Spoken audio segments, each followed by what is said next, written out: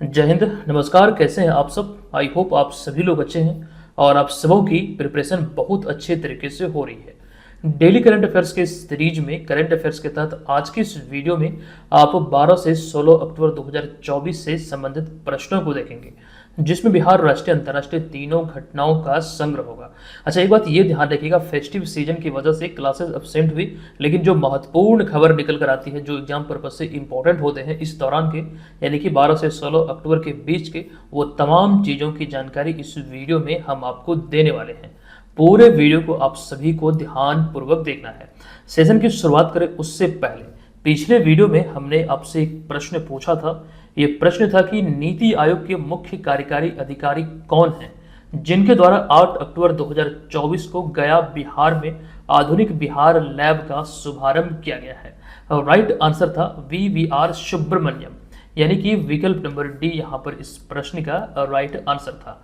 ठीक है, इस चीज़ को ध्यान रखिए और तमाम जानकारी जो हमने आपको बतलाया भी था एक्चुअली में, वो सारी बातों पर आपको ध्यान केंद्रित करना है। और साथ ही साथ हमने ये भी आपको बतलाया था कि नीति आयोग जो है ये बीपीएससी का एक फेवरेट टॉपिक है। कई बार यहाँ से प्रश्न आपके एग्जाम में देखने को मिले हैं, तो आगामी एग्जाम में भी यहाँ से प्रश्न बनने की संभावना बनती है। ठीक है, अब हम सेशन की शुरुआत करें उससे पहले आपको बतला दूं, हमारे जितने भी स्टडी मटेरियल और नोट्स होते हैं, खास करके अगर हम करंट अफेयर्स की बात करें तो करंट अफेयर्स के लिए बीएम ऑनलाइन लर्निंग एप्लीकेशन पे एक डेडिकेटेड कोर्स है। आप बिहार के किसी भी एग्जाम की प्रिपरेशन में लगे हैं, इस कोर्स को ज्वाइन करके अपनी तैयारी को सुचारू रूप से बेहतरीन तरीके से संचालित कर सकते हैं। चाहे वो कोई भी एग्जाम है जो बिहार से संबंधित है, यहाँ से आपकी प्रिपरेशन बेहतर होगी। खास बात यहाँ पर यह है कि जब भी आप ज्वाइन करेंगे, जो आपका पिछला मटेरियल जनवरी 2023 से अब तक का छूट चुका है, वो सभी को आप यहाँ से प्राप्त कर पाएंगे और सभी मटेरियल का प्रिंट भी कर पाएंगे। चीज़ें आपको बेहतर तरीके से मिल रही है। देखिए, इस वीडियो की बात करें तो इस वीडियो में प्रश्नों की संख्या अधिक होने की वजह से, क्योंकि हम 12 से 16 अक्टूबर 2024 तक के संग्रह को यहाँ पर आपके समक्ष रखने वाले हैं, तो प्रश्नों की संख्या अधिक है, जिस वजह से अतिरिक्त जो जानकारी हम आपको देते थे वो आज की इस वीडियो में हमने स्किप किया। हालांकि पीडीएफ में वो चीजें हम आपको डाल देंगे। हालांकि हमने प्रश्न में वो तमाम इंपॉर्टेंट चीजों को कवर करने का प्रयास किया है जो आप यहाँ पर देखेंगे, जो कि बहुत ही महत्वपूर्ण प्रश्नों का संग्रह है। पूरे वीडियो को ध्यानपूर्वक आप सभी को देखना है। सबसे पहला प्रश्न कि 15 अक्टूबर 2024 को मुख्यमंत्री नीतीश कुमार की अध्यक्षता में हुई कैबिनेट बैठक में बिहार पुलिस को हाईटेक बनाने के प्रस्ताव पर मोहर लगी है। अर्थात अब बिहार पुलिस के जवान लैपटॉप और स्मार्टफोन से लैस होंगे। मतलब इस प्रस्ताव पर मोहर अभी हाल ही में ये कैबिनेट बैठक में लगी है 15 अक्टूबर 2024 को। अब यहाँ पर इसी में पूछा गया कि बताएं कि इसके लिए कैबिनेट ने कितनी राशि स्वीकृत की है। तो इस चीज को आपको समझना है। आपको मैं पुनः बतला दूं कि खास करके कैबिनेट बैठक में जो फैसले होते हैं, जिस चीज की स्वीकृति दी जाती है, वो बहुत ही इंपॉर्टेंट होते हैं और उनमें भी ये डेटा तो बहुत ही ज्यादा। यहाँ पर आपको ध्यान रखना है, अभी शुरुआती चरण में इसके लिए राशि की जो स्वीकृति दी गई है, आपको ध्यान रखना है 190 करोड़ 63 लाख रुपये। ये आपको इसका राइट आंसर ध्यान रखना है। 190 करोड़ 63 लाख रुपए की राशि की स्वीकृति दी गई है। अतः विकल्प नंबर ए यहाँ पर इस प्रश्न का राइट आंसर होगा। अच्छा, चूंकि यहाँ पर बिहार पुलिस की बात हो रही है, अगर आपसे ये पूछा जाए कि वर्तमान में बिहार के डीजीपी यानी कि डायरेक्टर जनरल ऑफ पुलिस अर्थात बिहार के नए पुलिस महानिदेशक कौन है, जो हाल ही में बने हैं, जिन्होंने, आपको ध्यान रखना है, RS भट्टी का स्थान लिया है, तो नए और वर्तमान जो डीजीपी हैं वो आलोक राज हैं। ये डिटेल जानकारी विस्तृत तौर पर आपको दी गई है।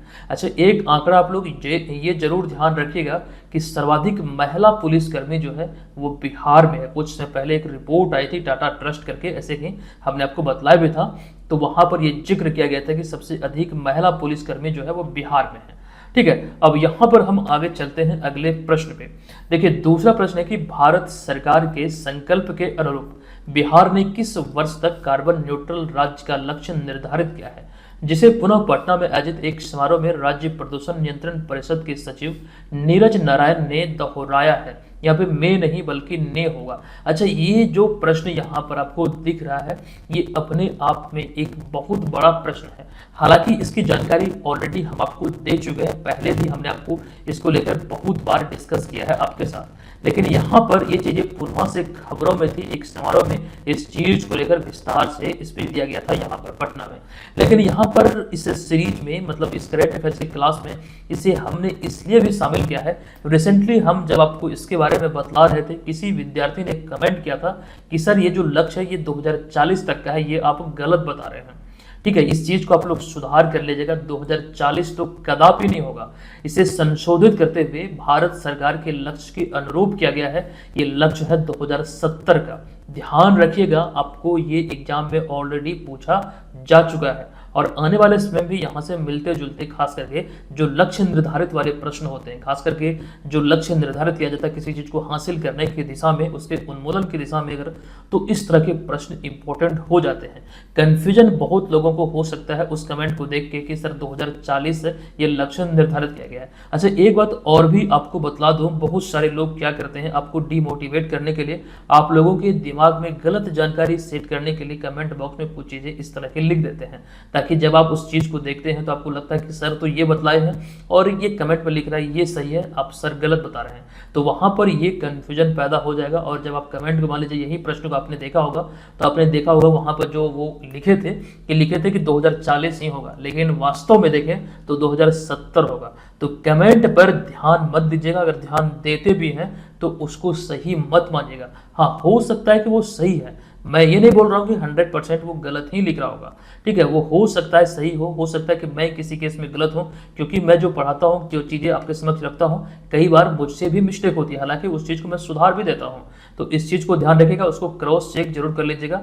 फाइनली यही कहना है कि कमेंट पे जो चीज़ें आप देखते हैं उस पर ट्रस्ट बिल्कुल भी आंख मूंद के नहीं कीजिए, अन्यथा वो आपके दिमाग में सेट रहा और वही प्रश्न एग्जाम में आया तो एक तो कन्फ्यूजन होगा और उसे आप गलत भी कर देंगे, नेगेटिव मार्किंग भी हो जाएगा।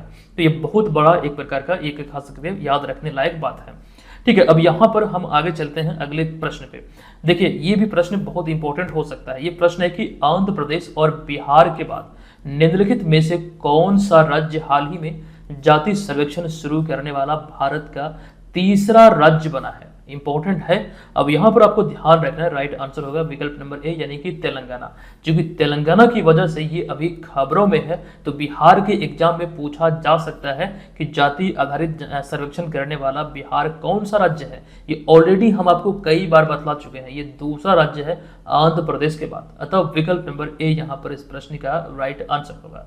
नेक्स्ट प्रश्न पर चलते हैं। प्रश्न है कि वर्ष 2024 का नोबेल शांति पुरस्कार हिरोशिमा और नागासाकी के परमाणु बम विस्फोटकों में जीवित बचे लोगों का प्रतिनिधित्व करने वाले जापानी संगठन निहोन हिडानक्यो को दिया गया है। एक संगठन है, जापानी संगठन निहोन हिडानक्यो, जो खास करके जो परमाणु हमला हुआ था जापानी शहर हिरोशिमा और नागासाकी पर, तो वहां पर जो जीवित बचे लोग हैं उनका प्रतिनिधित्व करने वाले एक संगठन, जो यहाँ पर ये नाम दिख रहा है आपको, इसको दिया गया है। अब यहाँ पर इसी में हमने प्रश्न अरेंज किया है कि बताएं कि अमेरिका द्वारा हिरोशिमा और नागासाकी, जो कि जापानी शहर है, इस पर परमाणु हमला क्रमशः कब किया गया था। ये तो डेट के साथ आपके एग्जाम, मतलब इस तरह का प्रश्न ऑलरेडी यूपीएससी एग्जाम में पूछा हुआ है। ठीक है, उसी चीज को यहाँ पर चूंकि खबरों में है तो हमने एक प्रश्न के रूप में आपके समक्ष रखा है। आई थिंक, मुझे लगता है कि बहुत सारे लोगों के लिए आसान होगा।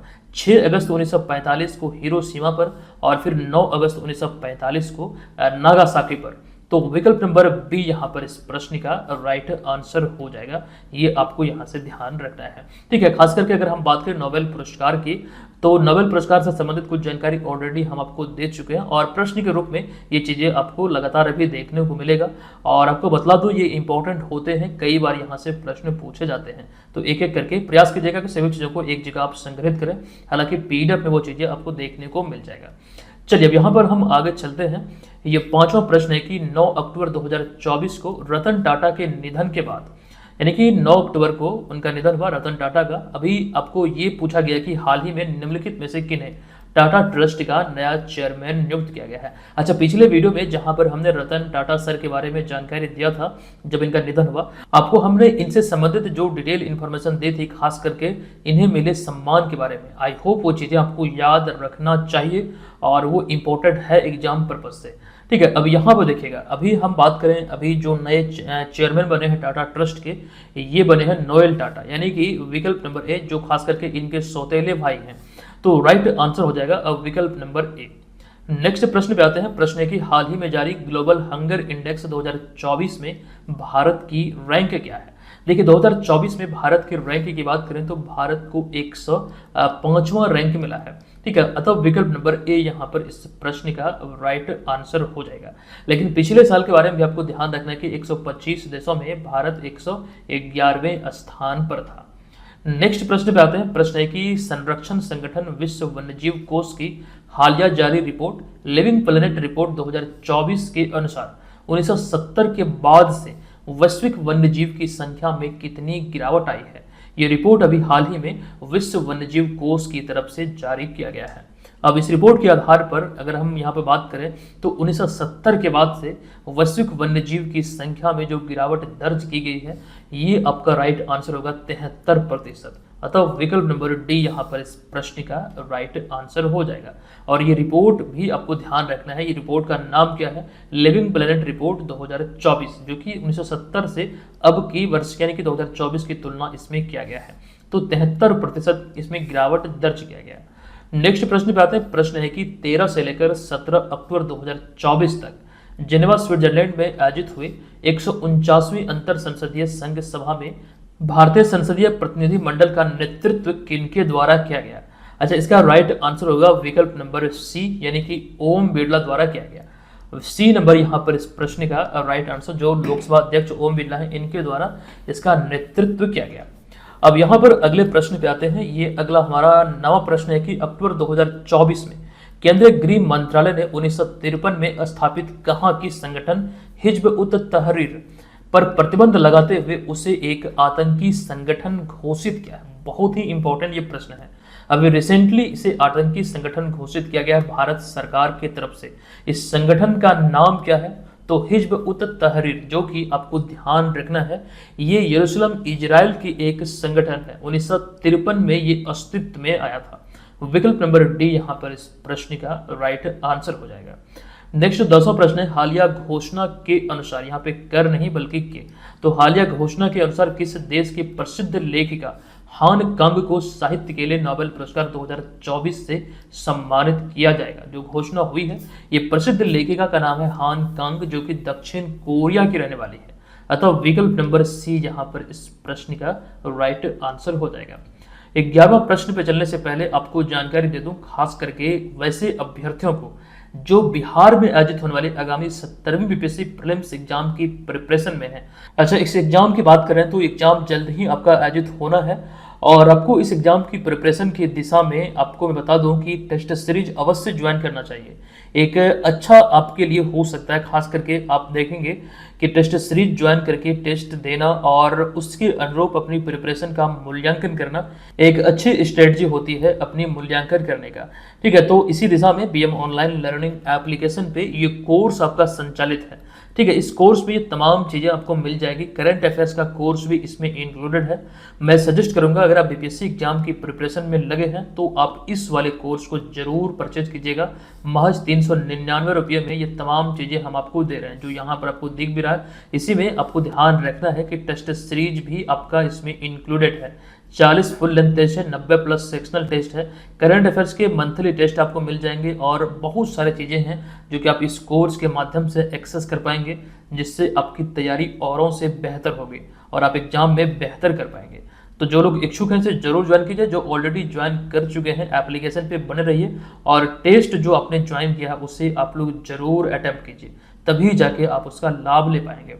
चलिए, अब यहाँ पर हम आ चुके हैं अगले 11 नंबर प्रश्न पे। ये प्रश्न है कि अमेरिका भारत रणनीतिक भागीदारी फोरम की मेजबानी में वार्षिक इंडिया लीडरशिप शिखर सम्मेलन 14 अक्टूबर 2024 को निम्नलिखित में से किस भारतीय शहर में आयोजित किया गया। देखिए 14 अक्टूबर 2024 को ये राष्ट्रीय राजधानी क्षेत्र नई दिल्ली में आयोजित हुआ है। अतः विकल्प नंबर ए यहाँ पर इस प्रश्न का राइट आंसर हो जाएगा। अच्छा, इस कोर्स की जो हम बात कर रहे थे, आप लोग ध्यान रखिएगा, इसी कोर्स से आप इस वाले पीडीएफ को मंथली करंट अफेयर सेक्शन से भी जाके डाउनलोड कर सकते हैं। बहुत लोग आप में से कमेंट करते हैं कि सर ऑलरेडी हम कोर्स लिए हुए हैं लेकिन पीडीएफ हम डाउनलोड नहीं कर पा रहे हैं। तो पिछले वीडियो में भी हमने आपको बतलाया था कि आपको पहले एप्लीकेशन पे आपका जो वहाँ पे एक ऑप्शन दिखेगा माई कोर्स का, उस पर क्लिक करके कंटेंट सेक्शन में जाना है, ना कि एप्लीकेशन पे डायरेक्ट आप ई बुक सेक्शन में चले जाइए। आपको वहाँ पे नहीं जाना है, बल्कि पेड कोर्स जो आपने परचेज किया है तो माई कोर्स में जाइए, आप वहाँ से इसको डाउनलोड कर पाएंगे मंथली करंट अफेयर्स 2024 के अंतर्गत। ठीक है, चलिए अब यहाँ पर हम आते हैं अगले 12वें नंबर प्रश्न पे। ये प्रश्न है कजाकिस्तान के अस्ताना में आयोजित एशियाई टेबल टेनिस चैंपियनशिप 2024 में भारत की शीर्ष महिला जोड़ी यहिका मुखर्जी और सुतीर्था मुखर्जी ने कौन सा पदक जीता है। देखिए, अगर हम भारतीय महिला जोड़ी की बात करें तो यहाँ पर कजाकिस्तान के अस्ताना में जो ये एशियाई टेबल टेनिस चैंपियनशिप जो आयोजित हुआ है, यहाँ पर इन्होंने कांस्य पदक अर्थात ब्रॉन्ज मेडल अपने नाम किया। अतः विकल्प नंबर सी यहाँ पर इस प्रश्न का राइट आंसर है। नेक्स्ट प्रश्न है कि पीके सिंह के अक्षय ऊर्जा मंत्रालय में नियुक्त किए जाने के बाद निम्नलिखित में से किन्हें उनके स्थान पर सरकारी ई मार्केट प्लेस यानी कि जैम पोर्टल का यानी कि जैम का मुख्य कार्यकारी अधिकारी अर्थात सीईओ नियुक्त किया गया है। तो राइट आंसर है एल सत्य श्रीनिवास, यानी कि विकल्प नंबर बी यहाँ पर इस प्रश्न का राइट आंसर होगा। इनसे पहले इस पद पर थे पीके सिंह। अभी हालांकि पीके सिंह की नियुक्ति अक्षय ऊर्जा मंत्रालय में सचिव के पद पर हुई है। ठीक है, तो दो प्रश्न यहाँ पर इस प्रकार से आपको ध्यान रखना है। जेम पोर्टल के जो नए खास करके सीईओ बने हैं, आपको ध्यान रखना है एल सत्य श्रीनिवास। अतः विकल्प नंबर बी यहाँ पर राइट आंसर हो जाएगा। नेक्स्ट प्रश्न भी बहुत इंपॉर्टेंट है। प्रश्न है कि 13 अक्टूबर 2024 को किशोर कुमार की 37वीं पुण्यतिथि पर किस भारतीय दिग्गज फिल्म निर्माता, निर्देशक और पटकथा लेखक को राष्ट्रीय किशोर कुमार पुरस्कार से सम्मानित किया गया। राइट आंसर है विकल्प नंबर सी, यानी कि राजकुमार हिरानी को। ठीक है, विकल्प नंबर सी यहाँ पर इस प्रश्न का राइट आंसर हो जाएगा। अगले प्रश्न पे आते हैं। प्रश्न है कि 10 अक्टूबर 2024 को विश्व मानसिक स्वास्थ्य दिवस के अवसर पर राष्ट्रीय टेली मानसिक स्वास्थ्य कार्यक्रम ने डैश मोबाइल ऐप और वीडियो परामर्श सुविधा शुरू किया है, यानी कि इस मोबाइल एप्लीकेशन का नाम पूछा गया। राष्ट्रीय टेलीमेडिसिन स्वास्थ्य कार्यक्रम के तहत जो अभी हाल ही में ये ऐप को लॉन्च किया गया, इस ऐप का नाम क्या है। राइट आंसर है विकल्प नंबर सी, टेली मानस। ये ऐप लॉन्च किया गया और साथ ही साथ वीडियो परामर्श सुविधा की भी यहाँ पर शुरुआत की गई। अतः विकल्प नंबर सी इसका राइट आंसर है। अगला प्रश्न है कि भारत ने हाल ही में किस देश के कार्यवाहक उच्चायुक्त स्टीवर्ट रॉस व्हीलर सहित कुल 6 राजनयिकों को निष्कासित कर दिया है, जिसे कि 19 अक्टूबर की रात 12 बजे से पहले भारत छोड़ने का आदेश दिया है। राइट आंसर जो होगा ये होगा विकल्प नंबर सी। देखिए, कनाडा के उच्चायुक्त और इसके अतिरिक्त उच्चायुक्त का नाम यहाँ पर देख रहे हैं स्टीवर्ट रॉस व्हीलर, और इसके अतिरिक्त 6 राजनयिकों को निष्कासित किया और इसमें ये आदेश दिया है कि 19 अक्टूबर की रात 12 बजे से पहले वो भारत को छोड़ दे। तो आपको ये चीजें ध्यान रखना इंपॉर्टेंट हो सकता है। किस देश के हैं, तो ये कनाडा के। अच्छा, कनाडा को लेकर कुछ समय पहले हमने आपको जानकारी आई होप दिया था कि कुछ कंपनियों पर, कुछ भारतीय कंपनियों पर जुर्माना यहाँ पर लगाया गया था कुछ अलग अलग मुद्दों पर। ठीक है, वो चीजें मुझे याद आ रही है, मैंने शायद इस सीरीज में कुछ में पहले ही आपको बतलाया है। चलिए अब यहाँ पर हम चलते हैं अगले प्रश्न पे। तो यहाँ पर हमारा अगला 17 नंबर प्रश्न है कि स्पेन के महान टेनिस खिलाड़ी राफेल नडाल ने पेशेवर टेनिस से संन्यास लेने की घोषणा की है। बताएं कि उन्होंने अपने कैरियर में कितने ग्रैंड स्लैम पुरस्कार हासिल किए हैं। अच्छा, अभी हम ग्रैंड स्लैम पुरस्कार को लेकर उतना डिटेल में चर्चा नहीं करेंगे, मैंने कई बार आपको बतलाया है, आई होप आप लोग जानते हैं। अगर आप नहीं जानते हैं तो एक बार गूगल पे जरूर सर्च कीजिएगा, आपसे ये इंटरव्यू में भी पूछा जा सकता है कि ग्रैंड स्लैम से क्या तात्पर्य है, आप इससे क्या समझते हैं। फिलहाल यहाँ पर अगर हम बात करें राफेल नडाल की, तो कुल मिला के आपको ध्यान रखना है अपने कैरियर में 22 ग्रैंड स्लैम खिताब इन्होंने अपने नाम किया। अतः विकल्प नंबर बी इस प्रश्न का राइट आंसर होगा। अगला प्रश्न है कि गृह मंत्रालय ने हाल ही में किस तिथि को संयुक्त राष्ट्र दिवस के अवसर पर सभी महत्वपूर्ण भवनों के ऊपर राष्ट्रीय ध्वज के साथ संयुक्त राष्ट्र का ध्वज लगाने का आग्रह किया है। देखिए, बात यहाँ पर यही है कि संयुक्त राष्ट्र दिवस के अवसर पर, यानी कि वो तिथि कौन सी है, तो तिथि है 24 अक्टूबर और ये प्रश्न ऑलरेडी बीपीएससी एग्जाम में पूछा जा चुका है। ठीक है, आपको ये ध्यान रखना, बहुत कॉमन सी ये जानकारी है, वही एक्चुअली यहाँ पे थी, लेकिन यहाँ पर आपको ये बतला दूं, जो घोषणा हुई है, या फिर जो घोषणा नहीं बोल सकते बल्कि एक आग्रह किया गया है कि संयुक्त राष्ट्र दिवस के अवसर पर सभी महत्वपूर्ण भावनाओं के ऊपर राष्ट्रीय ध्वज के साथ साथ संयुक्त राष्ट्र का जो ध्वज है वो भी लगाया जाए। तो ये ध्यान रखिए, मतलब आग्रह किसके द्वारा किया गया, तो गृह मंत्रालय भारत सरकार के द्वारा। अतः विकल्प नंबर डी इस प्रश्न का राइट आंसर होगा। नेक्स्ट प्रश्न है कि आतंकवाद का मुकाबला, आर्थिक सहयोग और जलवायु परिवर्तन जैसे प्रमुख मुद्दों पर इस्लामाबाद पाकिस्तान में 15 से 16 अक्टूबर 2024 को शंघाई सहयोग संगठन यानी कि एससीओ शिखर सम्मेलन आयोजित किया गया। बताएं कि भारतीय प्रतिनिधि मंडल का नेतृत्व किनके द्वारा किया गया। राइट आंसर होगा विकल्प नंबर यहाँ पर डी, यानी कि विदेश मंत्री एस जयशंकर। ठीक है, ये जानकारी हमने पहले भी आपको दिया था जब इसकी घोषणा हुई थी, आपको मालूम होगा। नेक्स्ट 20वां नंबर प्रश्न है, किस अंतरिक्ष एजेंसी ने अब तक का सबसे बड़ा अंतरिक्ष यान यूरोपा क्लिपर बृहस्पति ग्रह के चंद्रमा यूरोपा की स्टडी के लिए यानी इसके अध्ययन के लिए स्पेस एक्स के फॉल्कन हैवी रॉकेट से लॉन्च किया है, जिसे कि यूरोपा तक पहुंचने में 2030 तक का समय लगेगा। तो ये अभी लॉन्च किया गया है फॉल्कन हैवी रॉकेट से, जो स्पेस एक्स का है, ये अमेरिकी अंतरिक्ष एजेंसी नासा के द्वारा। विकल्प नंबर सी यहाँ पर इस प्रश्न का राइट आंसर होगा। आपको ध्यान रखना है, ये अंतरिक्ष यान का नाम है यूरोपा क्लिपर और बृहस्पति ग्रह का जो चंद्रमा है यूरोपा, इसके अध्ययन के लिए इसे लॉन्च किया गया है। राइट आंसर है विकल्प नंबर सी। अच्छा, यहाँ पर अगर हम बात करें शोपार्को की, ये पाकिस्तान की अंतरिक्ष एजेंसी है, इसरो तो अपना भारतीय अंतरिक्ष एजेंसी है, रॉस कॉस्मोस ये रूसी अंतरिक्ष एजेंसी है। उसी प्रकार से एक दो और है, जैसे कि हम चाइनीज अंतरिक्ष एजेंसी की बात करें तो CNSA वो चाइना की अंतरिक्ष एजेंसी है, ये ध्यान रखें। जापानी अंतरिक्ष एजेंसी का नाम है जाक्सा। चलिए अब यहाँ पर अगला प्रश्न आपके समक्ष है कि अंतरराष्ट्रीय निशानेबाजी महासंघ ने अगले वर्ष 2025 में होने वाले ISSF जूनियर विश्व कप की मेजबानी का अधिकार हाल ही में किस देश को दिया है।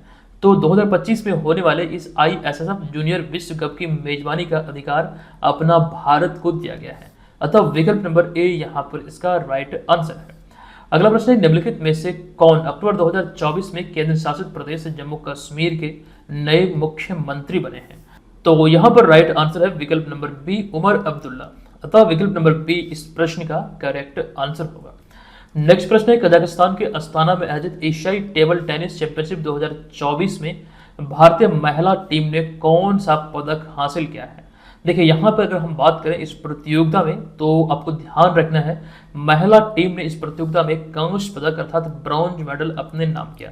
अतः विकल्प नंबर सी इस प्रश्न का करेक्ट आंसर है। उसके बाद आते हैं अगले प्रश्न पे। ये 24 नंबर प्रश्न है कि नाबार्ड के अखिल भारतीय सर्वेक्षण के अनुसार ग्रामीण परिवारों की औसत मासिक आय में वर्ष 2016-17 से 21-22 की अवधि में कितने प्रतिशत से अधिक की वृद्धि हुई है। ये नाबार्ड की तरफ से खास करके जो आकलन किया गया है, जो सर्वेक्षण किया गया, उसकी यहाँ पर बात हो रही है।